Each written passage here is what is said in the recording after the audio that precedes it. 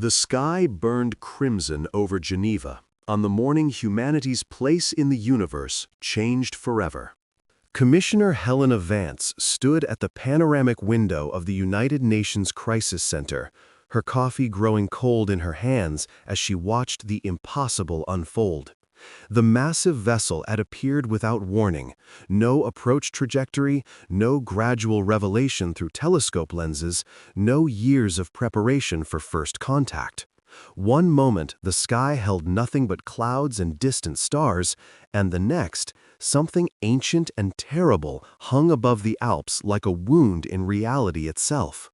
The ship, if it could even be called that, stretched nearly 40 kilometers across, its surface a writhing mass of geometric patterns that seemed to shift and rearrange themselves with each passing second. Colors that had no names in any human language rippled across its hull, and where its shadow fell, the very air seemed to grow heavy with an oppressive weight that had nothing to do with physics. "Madam Commissioner," her aide whispered, his voice barely audible above the chaos of the command center. "Every major city on Earth is reporting the same phenomenon. Beijing, New York, Moscow, Lagos, Sao Paulo. There are ships above each of them. Identical ships." Helena's grip tightened on her mug. "How many?" "At least 40 that we've confirmed, possibly more arriving every minute." The coffee cup shattered in her hands, but she barely noticed the scalding liquid running down her fingers.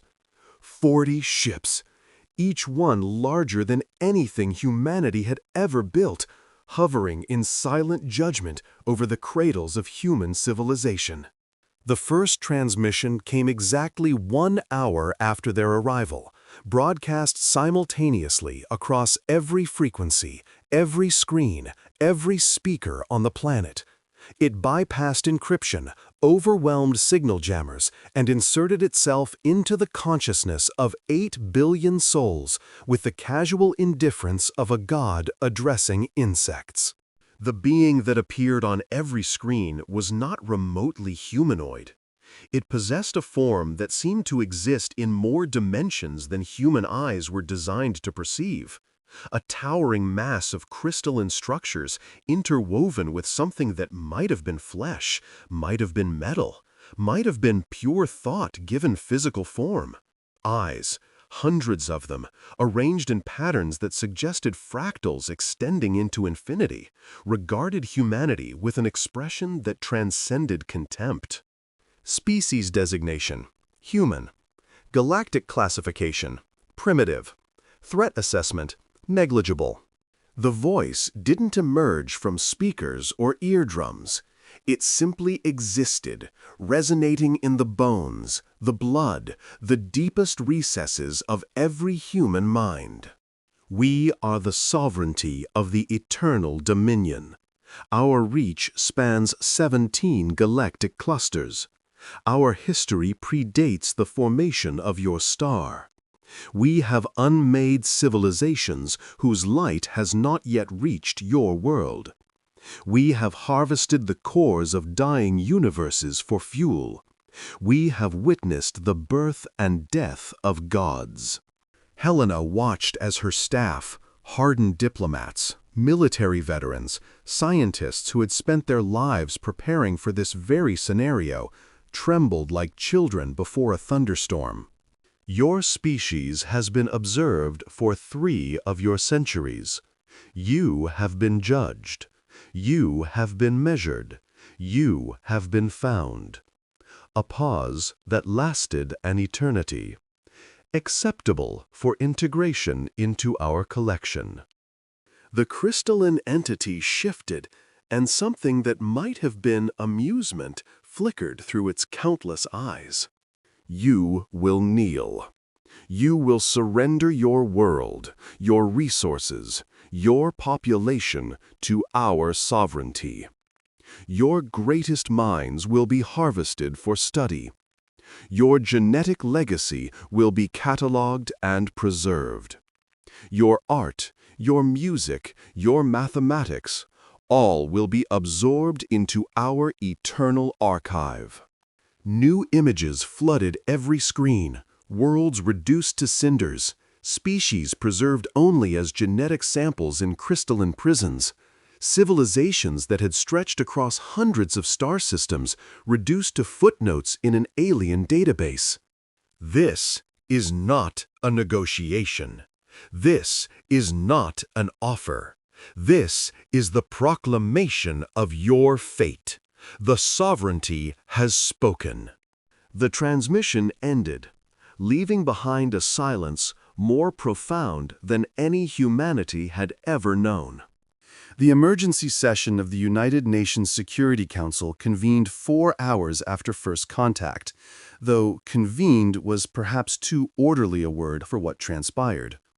World leaders appeared via holographic projection, their faces drawn and pale, their hands shaking with fear or rage, or some combination of the two that had no adequate name.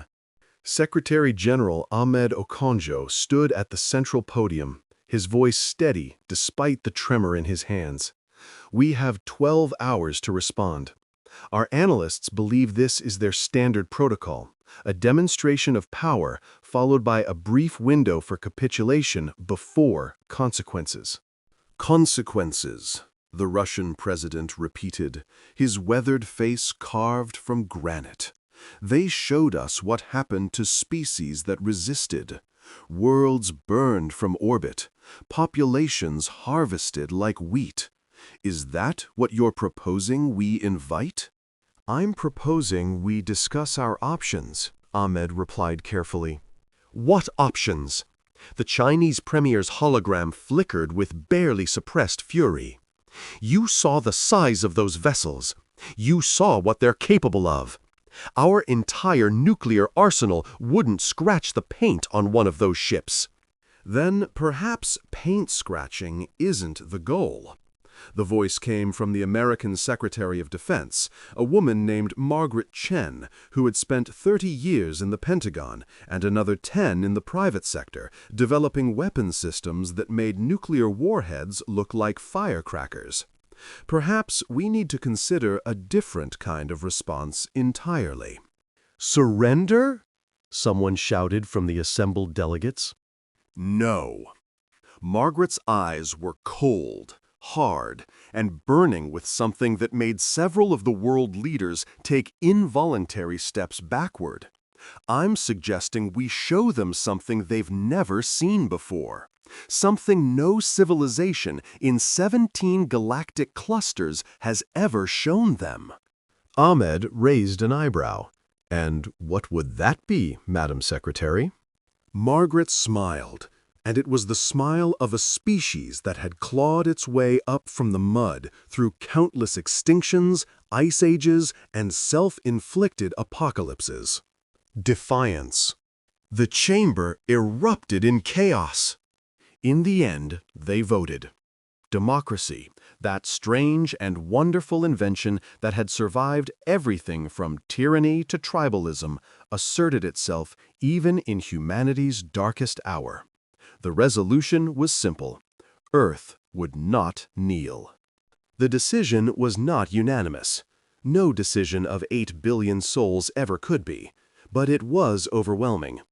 92% of the world's governments voted to reject the sovereignty's demand. 92% chose potential annihilation over certain subjugation. When the vote was announced, something unexpected happened. In cities across the globe, people emerged from their shelters, their homes, their hiding places. They gathered in streets and squares and open fields, looking up at the alien vessels that hung like harbingers of doom above them. And they did something the sovereignty had not anticipated. They sang. In Moscow, it was the deep bass notes of the Russian national anthem, voices rising in defiance against the impossible invaders. In Lagos, it was ancient warrior chants blending with modern anthems of resistance. In Beijing, millions of voices joined in the Internationale, that old song of revolution finding new meaning against an enemy from beyond the stars. In São Paulo, the drums of carnival beat out a rhythm of survival. In New York, a spontaneous rendition of the Star-Spangled Banner grew until the sound seemed to shake the very sky. Humanity looked up at its would-be conquerors and answered with the most human response imaginable: "We will not go quietly." They had 12 hours. 12 hours to prepare for war against an enemy that had conquered galaxies while humanity was still discovering fire. 12 hours to marshal every resource, every weapon, every ounce of ingenuity that the species possessed. It was not, by any reasonable standard, enough time. It would have to be. Commander Sarah Wong stood in the depths of the United States Strategic Command Bunker in Nebraska, watching streams of data flow across screens that hadn't been designed to process information on this scale. Every military installation on the planet was now linked to a single unified network. National rivalries and ancient enmities set aside in the face of extinction. "What do we have?" she demanded. "Everything," her tactical officer replied. "Every nuclear warhead, every conventional bomb, every experimental weapon that's ever been developed. The Russians have shared their hypersonic missile specifications. The Chinese have opened their quantum computing networks.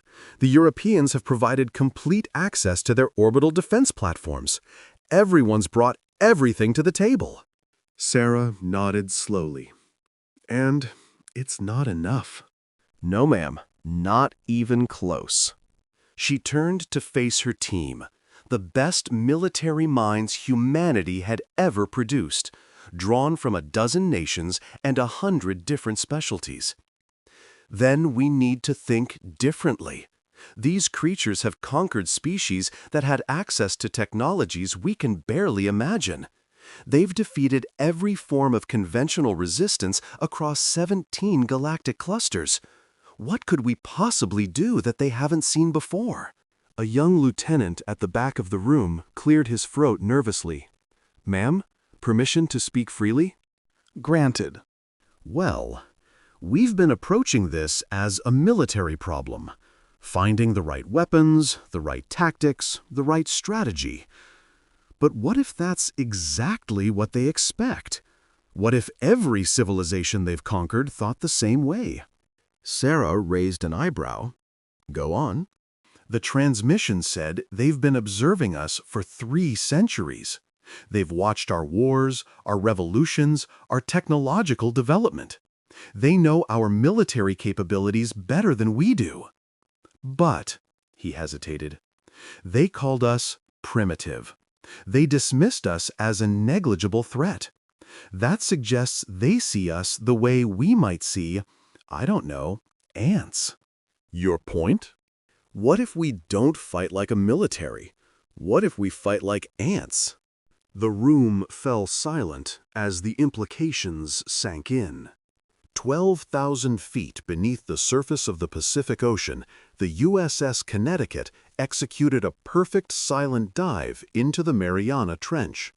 Captain David Morrison watched the depth gauge tick downward, pushing past the limits the submarine had been designed to handle. "Reactor status?" he asked, keeping his voice steady for the crew. "Nominal, sir. The modifications Dr. Tanaka made to the hull are holding." The modifications, a joint effort between every major engineering firm on Earth, completed in less than 6 hours through a manufacturing blitz that would have seemed impossible just yesterday. The entire global industrial base had pivoted to a single purpose, giving humanity every possible advantage in the coming conflict. "And our cargo?" "Secure, sir.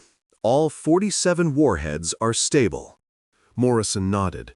The Connecticut was just one of dozens of vessels carrying precious payloads to hiding places across the globe, beneath the oceans, inside mountain ranges, buried in the hearts of glaciers. If the surface war was lost, these hidden stockpiles would ensure that humanity's resistance could continue for years, decades, centuries if necessary. The sovereignty expected a conventional war. They expected humanity to gather its forces, present a unified front, and be crushed in a single devastating assault. They were about to learn that humanity had not survived this long by fighting conventionally. In the Himalayas, Professor Yuki Tanaka worked with frozen fingers on a device that violated at least 3 fundamental laws of physics as they were currently understood. The prototype, hastily constructed from specifications that had existed only in theoretical papers until this morning, hummed with an energy that made her teeth ache and her bones vibrate. "Will it work?" asked the military liaison standing behind her. "In theory? It should disrupt the subspace fields that their ships appear to use for propulsion and shielding." She didn't look up from her work. "In practice, I have no idea. We're building technology based on principles we don't fully understand, using materials we barely know how to manufacture to fight an enemy whose capabilities we can't even measure." "That sounds terrifying." "It is." She finally turned, and despite the exhaustion carved into her features, her eyes held a fierce light. "But that's what humans do, Lieutenant. We build things we don't fully understand. We push into territories we have no business exploring. We refuse to accept limits, even when those limits are the fundamental laws of the universe." "And if it doesn't work?" Professor Tanaka turned back to her creation, a smile playing at the corners of her lips.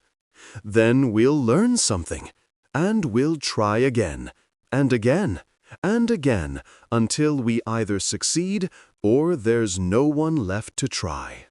The device pulsed, and somewhere in the depths of space, sensors that had monitored 1,000 conquered worlds registered something they had never encountered before. A species actively attempting to reverse engineer sovereignty technology within hours of first contact. The anomaly was logged but dismissed as irrelevant. It would not be the last time the sovereignty underestimated humanity. When the 12 hours expired, humanity sent its answer. Commissioner Helena Vance stood before the transmitter that would broadcast to every sovereignty vessel in the solar system, her hands steady and her voice clear. Behind her stood the entire United Nations General Assembly, representatives from every nation on Earth united in a single moment of defiance. "To the sovereignty of the eternal dominion," she began, and her words echoed across the void. "Your message has been received. Your demands have been considered. Your offer of integration has been unanimously rejected." She paused, letting the silence carry the weight of what she was about to say. "We are humanity. We are the children of Earth, born from chaos and forged in fire. We have survived extinction-level events that should have erased us from existence. We have overcome ice ages and plagues, famines and floods, wars and catastrophes that would have broken lesser species. We have looked into the abyss of our own potential for destruction and pulled ourselves back from the edge." Her voice grew stronger, carrying the collective will of 8 billion souls. "You claim to have conquered 17 galactic clusters. You claim to have witnessed the birth and death of gods. But in all your vast experience, in all your infinite wisdom, you have made a single, catastrophic miscalculation." She leaned forward. And though she knew the gesture was meaningless across the light years that separated her from her audience, it felt right. "You assumed we would behave rationally. In the ships above Earth's major cities, sensors registered the sudden activation of thousands of nuclear weapons, missiles launching from silos and submarines, aircraft scrambling from carriers and airfields.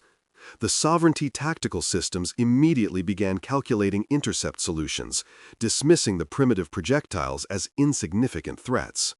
Then the real attack began. In orbit around Earth, Every satellite capable of communication suddenly went dark. The sovereignty vessels registered this with mild curiosity. Primitive species often attempted to disrupt their own networks to prevent their enemy from utilizing them. It was a pointless gesture, but understandable. What they did not anticipate was what came next. From hidden facilities on 6 continents, prototype weapons based on barely understood alien physics principles activated simultaneously. The effect was subtle, a slight ripple in local spacetime, a barely perceptible disruption in the quantum fields that the sovereignty used for communication. Aboard the flagship, hovering above Geneva, High Commander Zentlock felt something it had not experienced in millennia: uncertainty. The communication links with the other vessels were fuzzy, not severed, but degraded in ways that should have been impossible. "Status report," it demanded. Analyzing, High Commander. We are detecting anomalous readings from the planet's surface. Some form of directed energy emission, but not matching any known technological paradigm. They're nuclear weapons? Irrelevant. Our shields are more than adequate. But the other emissions, they appear to be causing interference with our primary systems. Nothing critical, but unexpected. Zentlock's crystalline form shifted irritably. Unexpected was not a word that should apply to operations against a pre-spaceflight civilization. Continue bombardment protocols. Demonstrate the cost of defiance. Below, humanity watched as the first sovereignty weapons activated. The beam that struck Moscow was not fire, not plasma, not any form of energy human science had cataloged. It was pure negation, a column of absolute nothingness that simply erased everything it touched.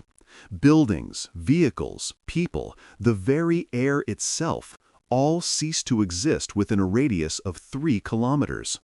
The death toll was instantaneous and horrific. 800,000 souls snuffed out in a heartbeat. But the sovereignty had made another miscalculation. They expected humanity to break. They expected the demonstration of overwhelming force to shatter human resistance, to send survivors fleeing in terror, to prove beyond any doubt that resistance was futile. Instead, the world watched the destruction of Moscow's central district with horrified grief, and then returned to their posts. Soldiers who had seen their comrades evaporated continued fighting. Scientists whose colleagues had vanished mid-sentence picked up their work and continued. Citizens who had just witnessed the end of everything they loved stepped forward to take the places of those who had fallen. Humanity did not break. Humanity got angry. Captain Chen Wei had 18 minutes to live when he made his decision. His fighter jet, one of the most advanced aircraft humanity had ever built, was disintegrating around him, its systems failing under the assault of an enemy weapon that laughed at the laws of physics.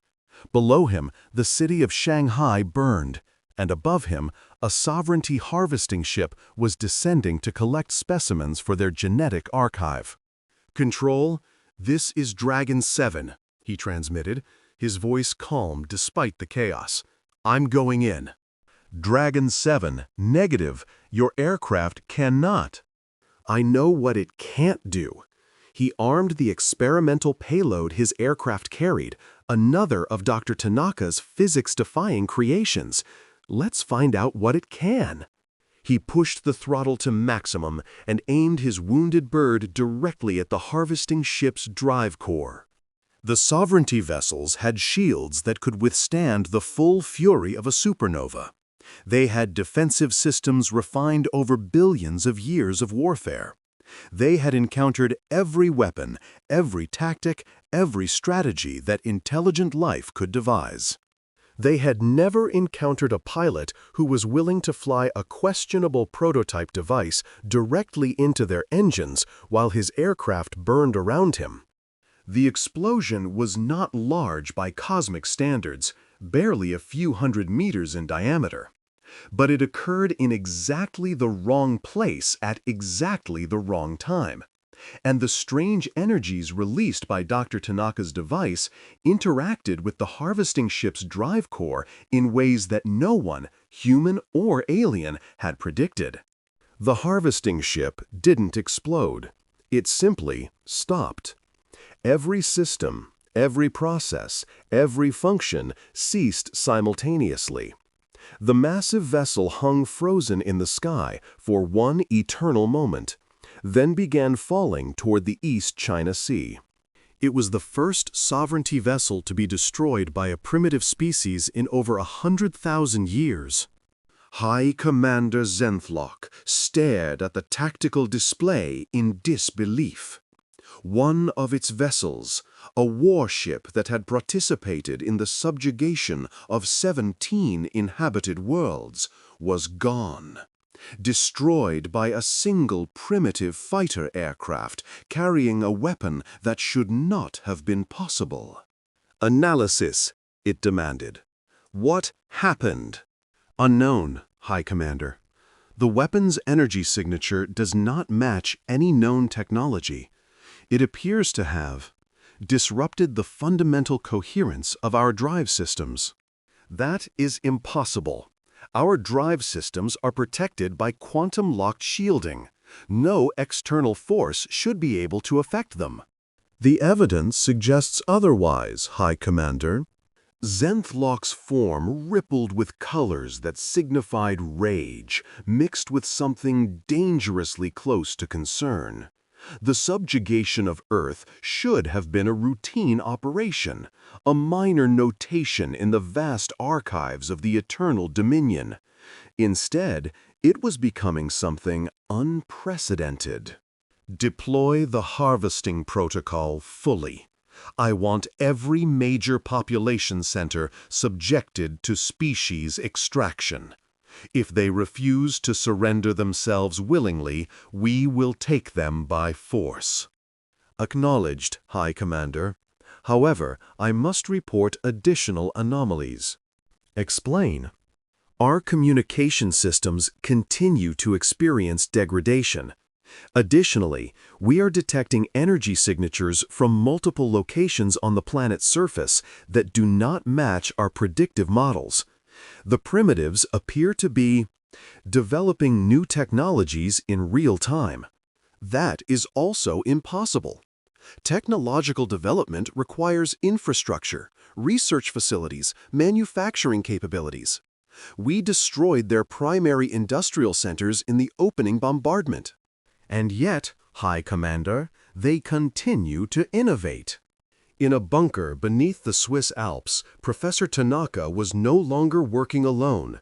Scientists from every nation had been evacuated to hidden facilities before the bombardment, and now they worked together with a feverish intensity that made their previous efforts seem leisurely by comparison. The death of the first sovereignty ship had given them something invaluable: data.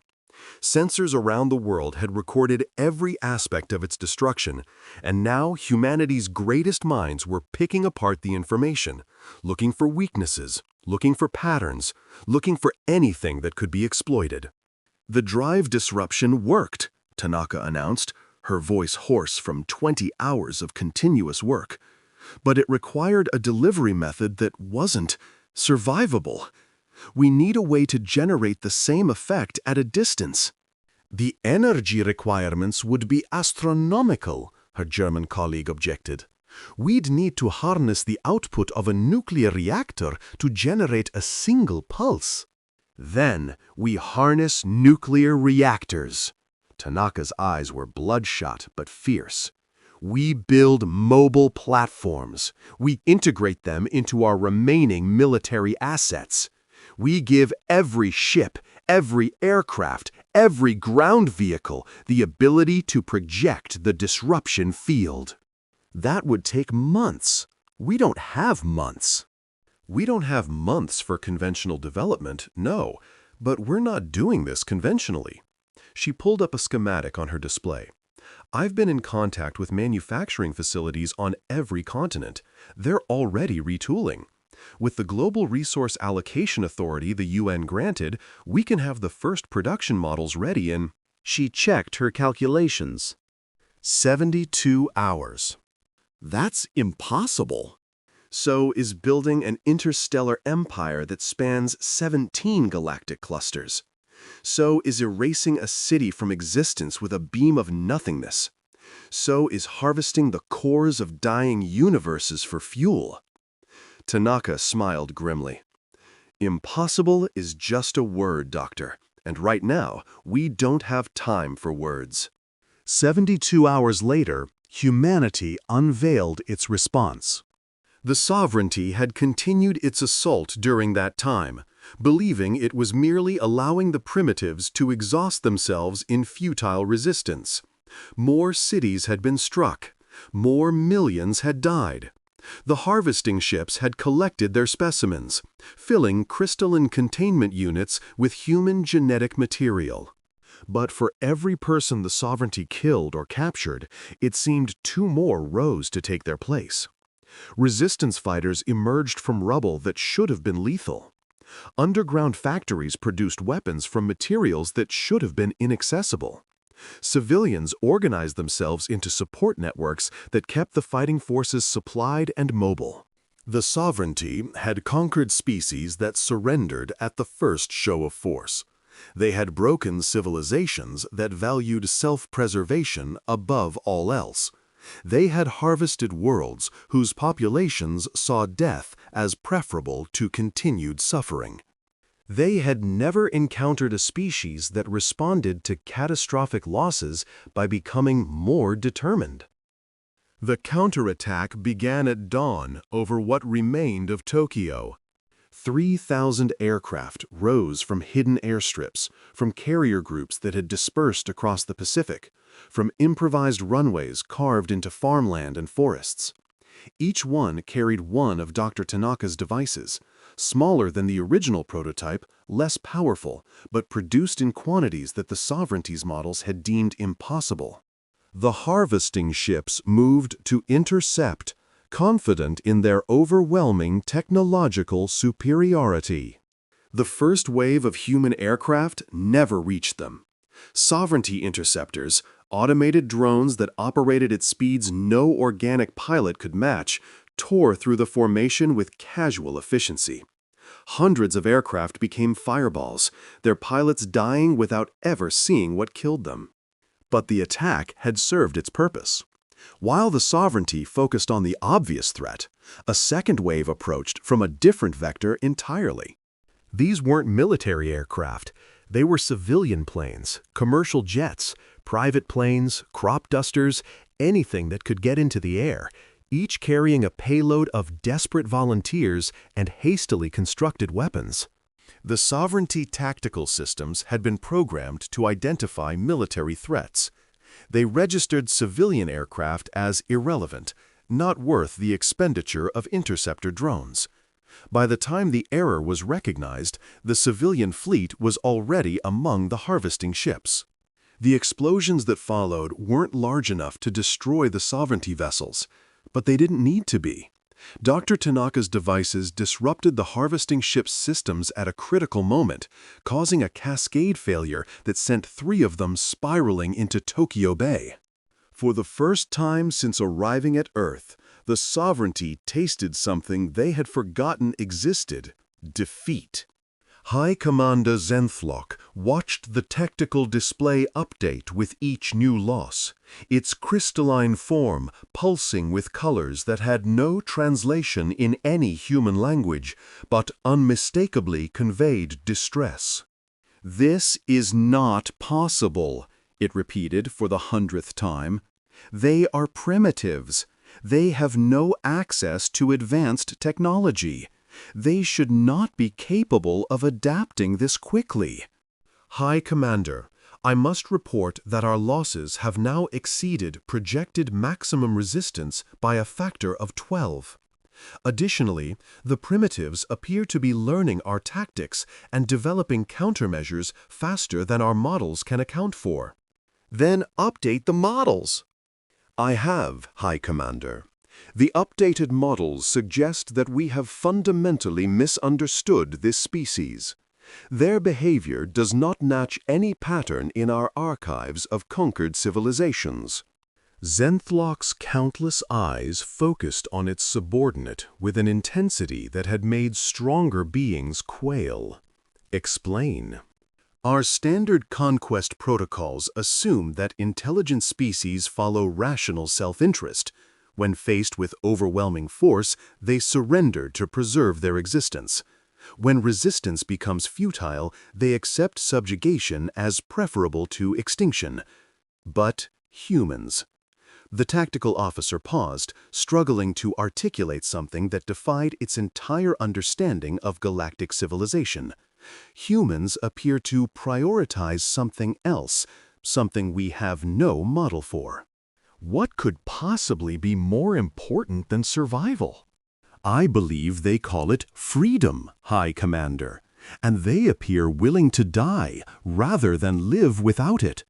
Commander Sarah Wong stood in the ruins of Stratcom, coordinating the global counterattack through a network of jury-rigged communication systems. The official command centers had been destroyed in the first wave of bombardments, but humanity's military had adapted, spreading out into 1,000 smaller nodes, each capable of independent operation but still connected to the whole. "Status report," she demanded. "We've confirmed the destruction of 17 sovereignty vessels globally," her aide reported. "Our losses are significant.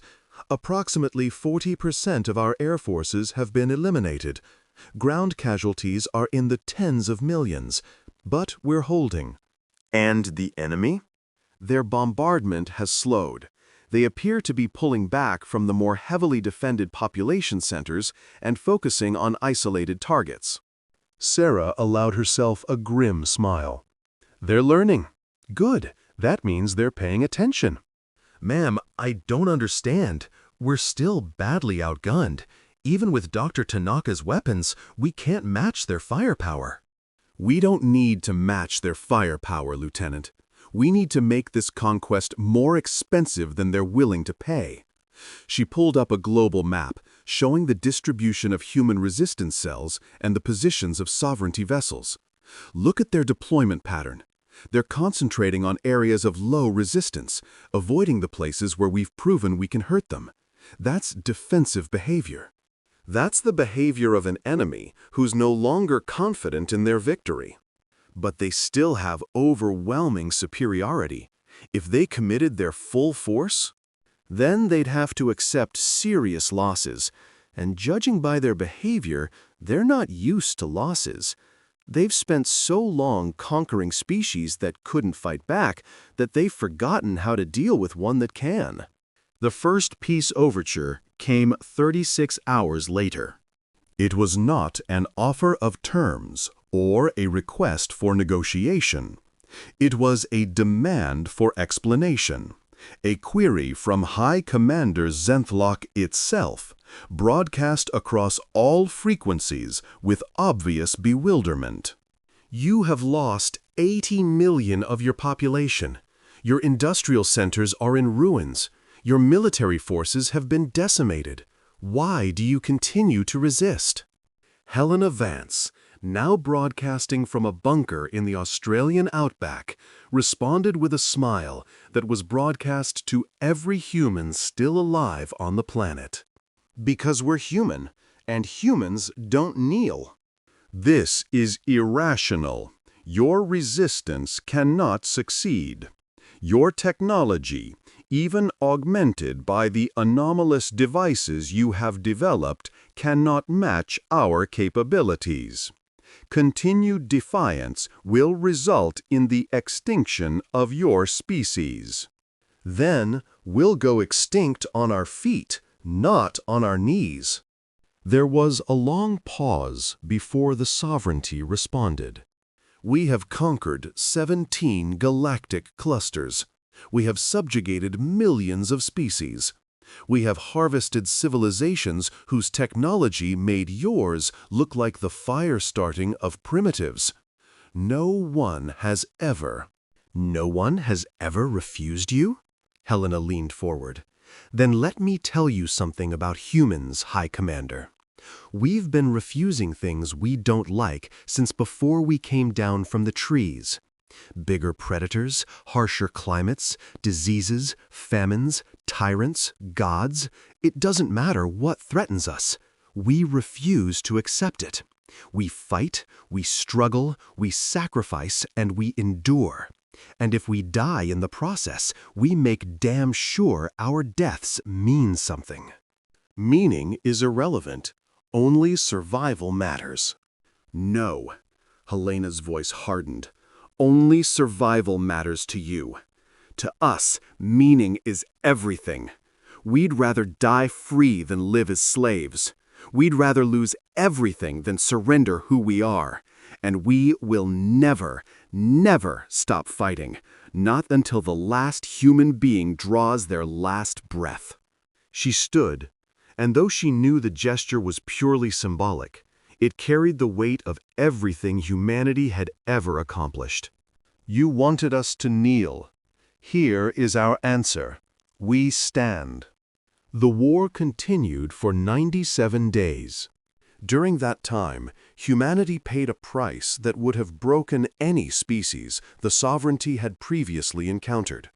3 billion people died, nearly half of the world's population, erased by bombardment, harvesting operations, and the terrible collateral damage of a conflict fought with weapons that defied the laws of physics. Cities that had stood for thousands of years became craters. Ecosystems that had taken millions of years to develop were poisoned beyond recovery. The very geology of the planet was altered by the forces unleashed as humanity threw everything it had against the invaders. But humanity did not break. In the bunkers and caves and tunnels that honeycombed the Earth, survivors organized. They built weapons from salvaged parts and improvised materials.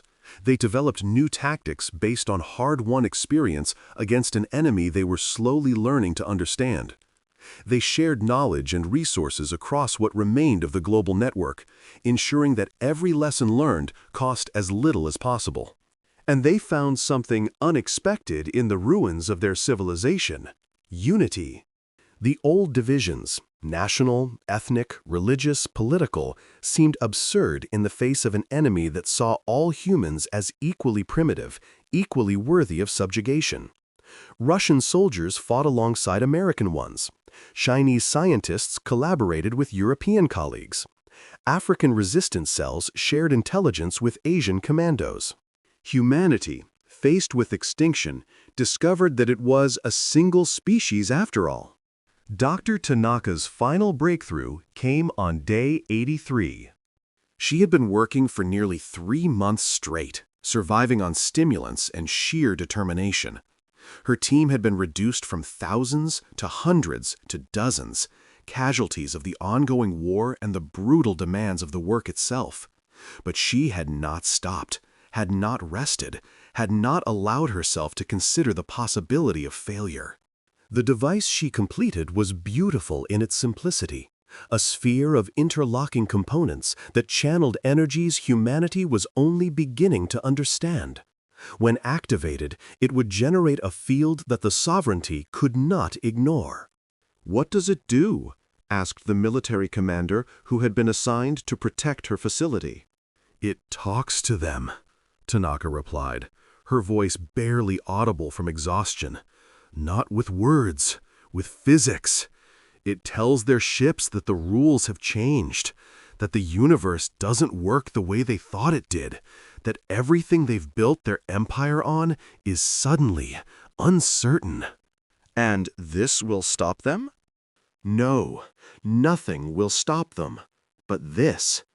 She caressed the device with fingers that trembled from more than fatigue.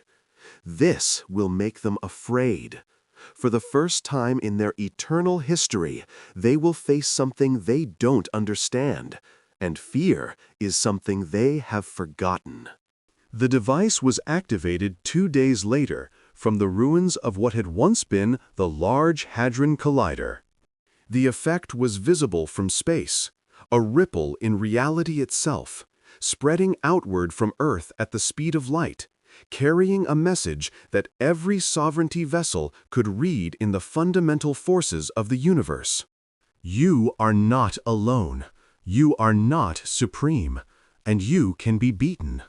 High Commander Zenthlock felt the message ripple through its vessel, through its body, through its very consciousness. For a moment that lasted an eternity, it experienced something it had not known in 10 million years. Doubt. The primitives had done something impossible. They had taken technologies they couldn't possibly understand and combined them in ways that defied the sovereignty's models. They had created a weapon that didn't just damage ships, it attacked the very assumptions on which the Eternal Dominion was founded.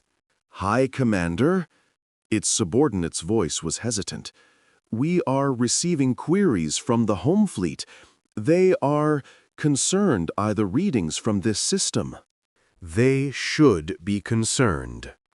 Zenthlock's crystalline form pulsed with colors that no human would ever see, expressing emotions that no human would ever understand.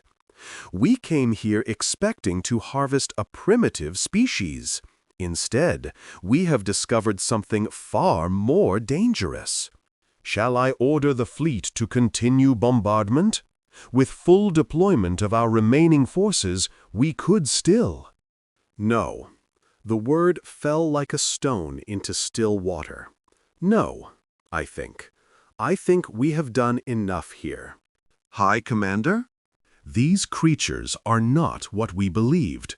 They are not primitives to be harvested. They are not specimens to be collected. They are. Zenthlock struggled with concepts that had no place in sovereignty psychology. They are something new, something we have not encountered in all our eternal history. What do you propose? High Commander Zenthlock, commander of a fleet that had subjugated 1,000,000 worlds, made a decision that would reshape the galaxy. We withdraw, and we ensure that every world in our dominion knows what we have found here. The Council will not be pleased. No, they will not. Zenthlock's countless eyes turned toward the blue and white planet that had cost it so much. But perhaps that is what they need. Perhaps we all need to be reminded that the universe is larger than our understanding, that there are species who will not kneel no matter the cost, that perhaps the Eternal Dominion is not as eternal as we believed. The Sovereignty withdrew on day 97. Their vessels rose from their positions above Earth's ravaged cities, their drives engaging in sequences that bent space-time around them. Within hours, they had crossed the orbit of Mars. Within days, they had passed the outer planets. Within weeks, they had left the solar system entirely. They left behind a world in ruins, 3 billion dead, cities that were craters, continents that glowed with residual radiation from weapons that had rewritten the laws of physics, an ecosystem on the edge of collapse, a civilization that had been set back by centuries. And they left behind something else, humanity, still standing. Commissioner Helena Vance stood on the observation deck of a hastily constructed space station, humanity's first significant presence beyond Earth's atmosphere since the war began, and watched the stars. Behind her, the planet that had given birth to her species was a testament to resilience. Already, reconstruction efforts were underway. Survivors were emerging from bunkers and caves, organizing themselves into work crews and relief teams. Factories were being rebuilt to produce not weapons, but tools for survival. The old world was gone forever, but a new one was being born. Madam Commissioner? Her aide approached with a tablet. We've received confirmation from our deep space sensors. The sovereignty vessels have passed beyond our monitoring range. They're gone. For now, Helena didn't turn from the window. They'll be back. Perhaps not tomorrow, perhaps not in my lifetime, but they'll be back. And when they return? She smiled, and it was the same smile she had worn when she first transmitted humanity's defiance to the stars. Then we'll be ready. We'll have built ourselves back up. We'll have developed new technologies, new weapons, new defenses, and we'll remember what we learned in these 97 days.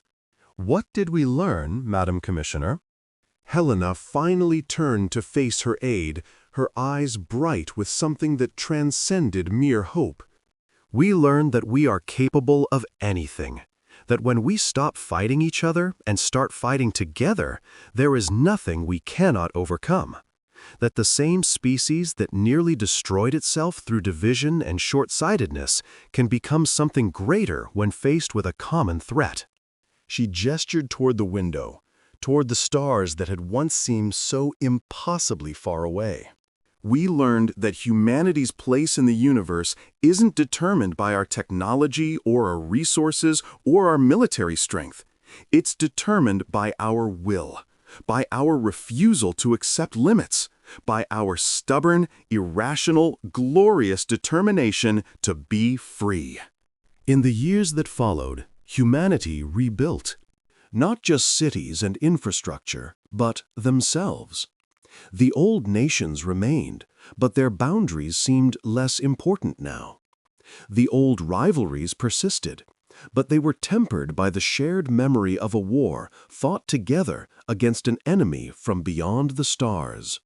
Dr. Tanaka's discoveries led to breakthroughs that reshaped human understanding of physics. Within a decade, the first human starships were under construction. Not faster than light, not yet, but capable of reaching neighboring star systems within a human lifetime.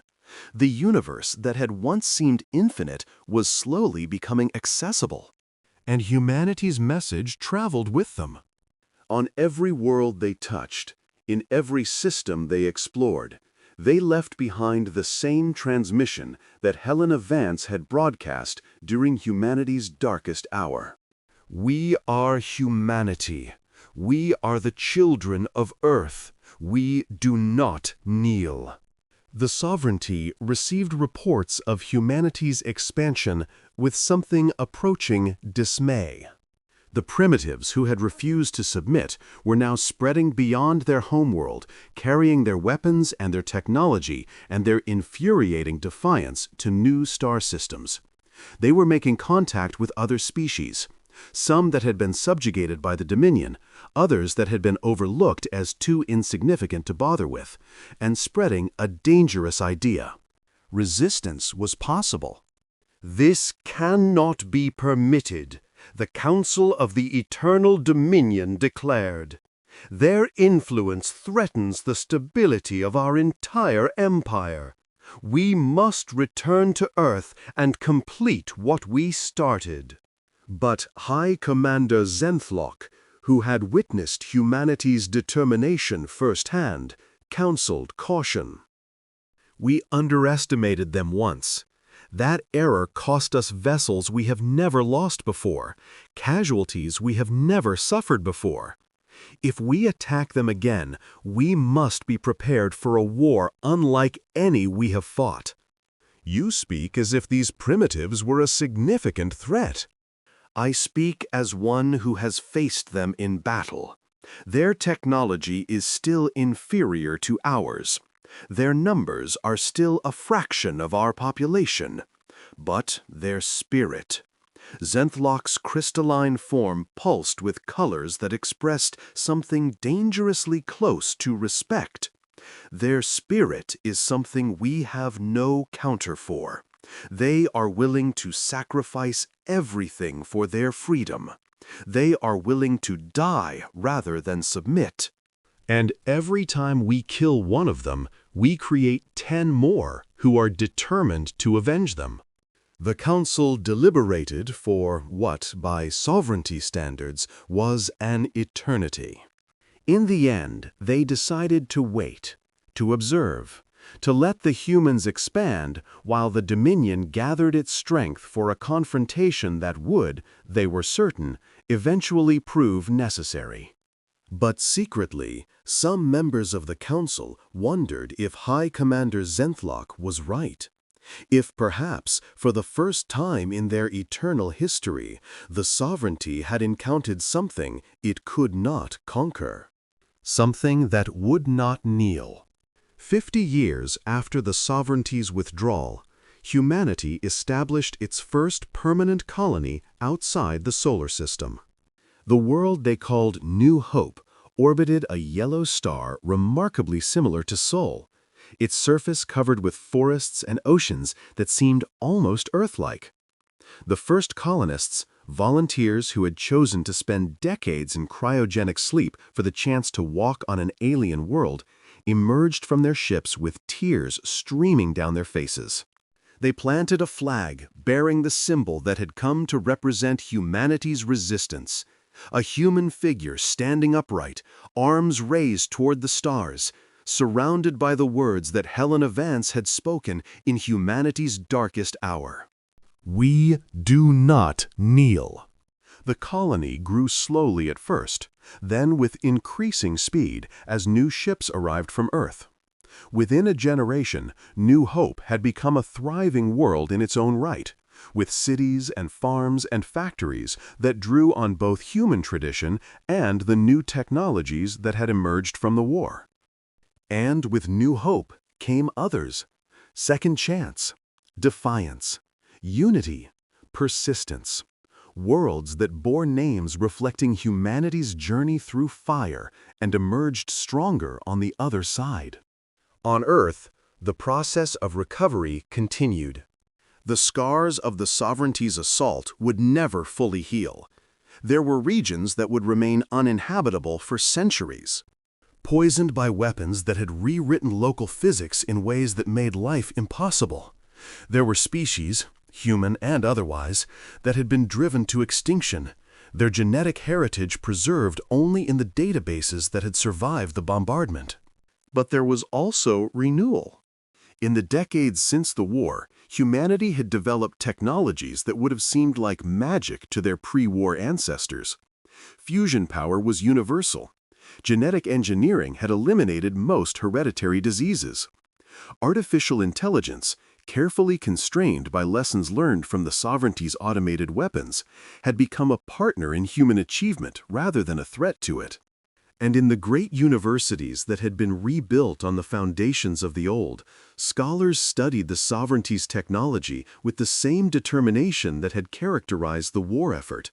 Every piece of debris, every fragment of wreckage, every scrap of data captured during the conflict was analyzed and reanalyzed, yielding insights that pushed human understanding further than centuries of normal development would have achieved. The sovereignty had intended to harvest humanity for their archive. Instead, humanity had harvested them. Dr. Yuki Tanaka died at the age of 93, surrounded by 3 generations of students and colleagues who had built on her revolutionary discoveries. Her final words, recorded and preserved for posterity, captured the spirit that had driven her through the darkest days of the war. When I was young, I believed that science was about understanding the universe, about finding the rules that governed reality and learning to work within them.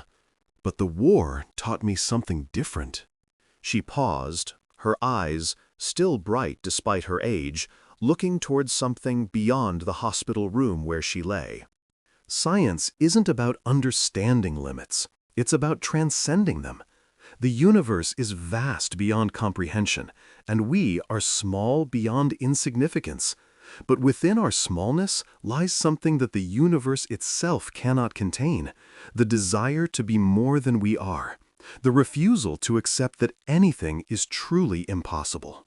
Her hand, trembling with age, reached toward the window where the stars shone bright in the evening sky. The sovereignty told us to kneel. We told them no. And in that single word, That small, precious, defiant word, we contained everything that makes us human. The courage to face the impossible, the wisdom to know we might fail, and the stubbornness to try anyway. She smiled, and it was the same smile she had worn in her laboratory during the war, working on devices that should not have existed. That is our legacy. That is what we leave to the generations who come after us. Not just the technology or the knowledge or the achievements, but the understanding that we are never truly defeated until we choose to be. That the universe has no power over those who refuse to surrender. She closed her eyes. We did not kneel, and neither will they. 200 years after the sovereignty's withdrawal, humanity received a signal from the depths of space. It came from a region beyond the furthest extent of human exploration, carried on frequencies that had been developed specifically for long-range communication with alien civilizations. The message was simple, its meaning unmistakable. We are the Vellani. We have heard your transmission. We would like to discuss an alliance. The Vellani, it emerged, were one of the species that the sovereignty had harvested millennia ago. Their civilization preserved only as genetic samples in the Dominion's eternal archive. But they had not been entirely destroyed. Small populations had survived in hidden enclaves, maintaining their culture and technology, while the sovereignty believed them extinct. They had been watching humanity's expansion with growing interest and growing hope. Your defiance has changed everything, the Vellani ambassador transmitted. For millennia, we believed resistance to be impossible.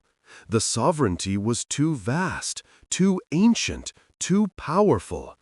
But you have proven that power alone does not determine fate.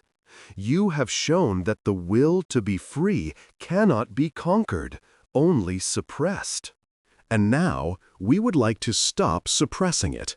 The alliance that formed in the following decades included not only humanity and the Vellani, but dozens of other species who had been touched by the sovereignty's expansion and lived to remember it.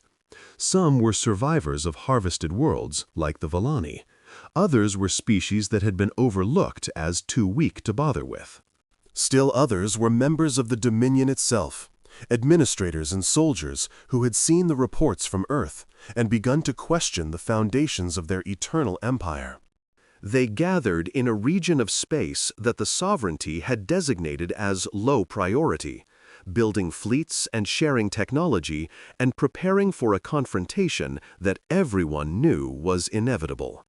And at the center of this alliance, providing the philosophical foundation that held so many disparate species together, was humanity.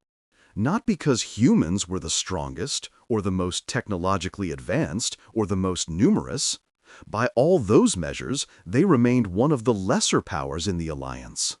But they were the ones who had first demonstrated that the sovereignty could be resisted. They were the ones who had stood against impossible odds and refused to kneel. They were the ones whose example had inspired others to believe that freedom was possible. "We do not kneel" became the rallying cry of the Alliance, translated into 1,000 languages, broadcast across 1,000 worlds. Wherever the sovereignty's influence extended, there were beings who repeated it in secret, who used it to give themselves courage, who dreamed of a day when they too might stand upright against the eternal empire. The sovereignty, for its part, was not idle. The Council had watched humanity's expansion with growing alarm, had seen the alliance take shape, had recognized the threat it posed to their eternal dominion. After 2 centuries of deliberation, a blink of an eye by sovereignty standards, they had reached a conclusion. The humans had to be destroyed. Not just defeated, not just harvested. Destroyed utterly, their worlds burned, their genetics scattered to the cosmic wind. their very memory erased from the history of the galaxy. They assembled a fleet greater than any they had deployed in 1,000,000 years, vessels beyond counting, weapons that could shatter worlds, soldiers who had never known defeat. They gathered at the edge of human-explored space, their presence detected by the Alliance's sensors, their intentions unmistakable. War was coming. Real war. Not the limited engagement that had occurred at Earth 2 centuries ago, but a total conflict that would determine the fate of the galaxy.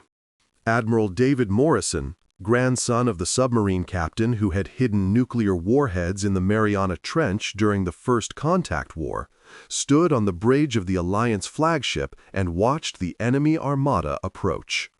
Behind him, the fleet of the Free Peoples stretched across half a light-year, human vessels alongside Villani cruisers, improvised warships from a dozen species who had never built military craft before, converted cargo haulers pressed into service as carriers and troop transports. Against the sovereignty's force, it seemed pathetically inadequate. "Admiral," his tactical officer reported, "enemy fleet will reach optimal engagement range in 4 hours. At current projections, we are outnumbered approximately 40 to 1.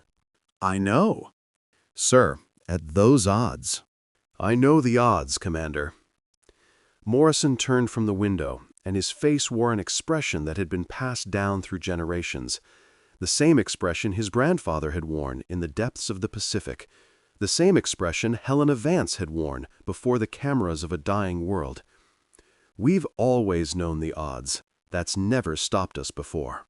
He activated the fleet-wide communication system, and his voice carried across the vacuum to every ship in the Alliance Armada.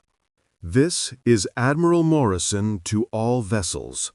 In 4 hours, we will engage the largest military force the Sovereignty has ever deployed against a single target. By every calculation, every projection, every logical analysis, we cannot win." He paused, letting the silence carry the weight of what he was about to say. "But we are not logical beings. We are not calculators or projections or analyses. We are the children of species who refused to kneel. We are the inheritors of a tradition that says death before surrender, sacrifice before subjugation, defiance before despair." His voice grew stronger, carrying the conviction of 200 years of human resilience. "The Sovereignty has never understood us. They see our population numbers and our technological base and our military capabilities, and they calculate that we should have surrendered long ago. They cannot comprehend that there are things more important than survival, that freedom is worth dying for, that some things are worth fighting for, even when victory is impossible." He looked out at the enemy fleet, at the impossible force arrayed against them, and smiled. "Today, we teach them one final lesson. Today, we show them what it means to face beings who have chosen their fate rather than accept it. Today, we demonstrate that the universe belongs not to those with the greatest power, but to those with the greatest will. All ships, prepare for battle. Remember who you are. Remember why we fight. And remember, we do not kneel." The Battle of Free Space, as it came to be known, lasted for 7 days. The Alliance lost. By every conventional measure, they were overwhelmed. Ships were destroyed by the thousands. Populations were annihilated. Worlds that had harbored resistance for centuries were reduced to rubble. But the Sovereignty lost too. They lost more ships in those 7 days than they had lost in the previous 1,000,000 years combined. They lost commanders who had never tasted defeat. They lost the certainty that had sustained their empire since before the Earth's sun had formed. And in losing those things, they lost something even more precious, their identity as the inevitable victors of every conflict. The war continued for another century. Sometimes the Alliance gained ground, sometimes they were pushed back. Species rose and fell, heroes were born and died. Technologies emerged that rewrote the rules of engagement every few decades. But the outcome was never truly in doubt. Because from the moment humanity had refused to kneel, from the moment a single primitive species had demonstrated that the sovereignty could be resisted, the Eternal Empire's days were numbered. It took 1,000 years, but eventually the sovereignty fell. Not in a single decisive battle, not through some ultimate weapon or tactical masterstroke, but through the slow erosion of their certainty. Species that had been subjugated for millennia saw humanity's example and found their own courage. Administrators who had served the Dominion for eternity began to question their purpose. Soldiers who had never known defeat learned that they could be beaten.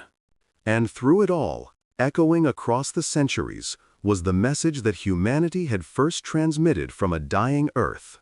We do not kneel. 10,000 years after first contact, a human historian named Sarah Chen stood in the Grand Archive of Earth, rebuilt on the same site where the original had been destroyed during the war, and prepared to address a gathering of scholars from across the galaxy. The audience before her included representatives from species that had existed when Earth's sun was young, and species that had evolved in the millennia since the sovereignty's fall. Some were organic, some were synthetic, some were forms of life that defied easy classification, but they had all come to Earth for the same reason, to study the species that had changed the galaxy. "You want to know our secret?" Sarah began, her voice carrying through translation matrices that rendered her words intelligible to every being present. "You want to understand how a single primitive species could resist an empire that had conquered 17 galactic clusters. You want to know what made us different." She smiled, and it was the same smile that her ancestors had worn on the day the sovereignty demanded their submission. The answer is simple, though perhaps not satisfying. We were afraid. We were outmatched. We were facing extinction. And in the face of all that, we made a choice. She gestured toward the windows where the stars shone bright in the eternal night.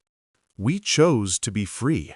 Not because we thought we could win, not because we calculated the odds and determined that resistance was optimal, but because we understood that there are things worth more than survival, that the manner of our death matters as much as the fact of it, that kneeling to a tyrant is a form of death more profound than any physical ending. She paused, letting her words sink in. We did not kneel. And in refusing to kneel, we discovered something about ourselves, something that changed not just our fate, but the fate of the galaxy. We discovered that we are capable of transcendence, that the limits we accept are of our own making, that the universe bows not to the strongest, but to those with the will to stand upright. She raised her head, and her eyes held the light of 10,000 years of human defiance. That is our legacy. That is what we offer to the galaxy. Not just technology or resources or military power, but the knowledge that no force, however vast, is truly irresistible. That no empire, however eternal, is truly permanent. That every being, no matter how small, has the power to change the universe, if only they are willing to try. She stepped back from the podium, and her final words hung in the air like a promise and a challenge. They demanded that humanity kneel, and Earth's answer echoed across the stars. It is still echoing. It will echo forever. And in the depths of space, in regions that no human would ever see, in forms of consciousness that no human would ever understand, beings who had watched the rise of the sovereignty and would watch its fall, repeated the words that had started it all. We do not kneel. It was not a battle cry. It was not a threat. It was something far more powerful than either. It was a statement of identity, a declaration of purpose, a reminder that the universe is not a place of inevitability, but of possibility, that fate is not written in the stars, but in the choices of those who look up at them and dare to dream. Humanity had shown the galaxy what it meant to be free, and the galaxy would never forget.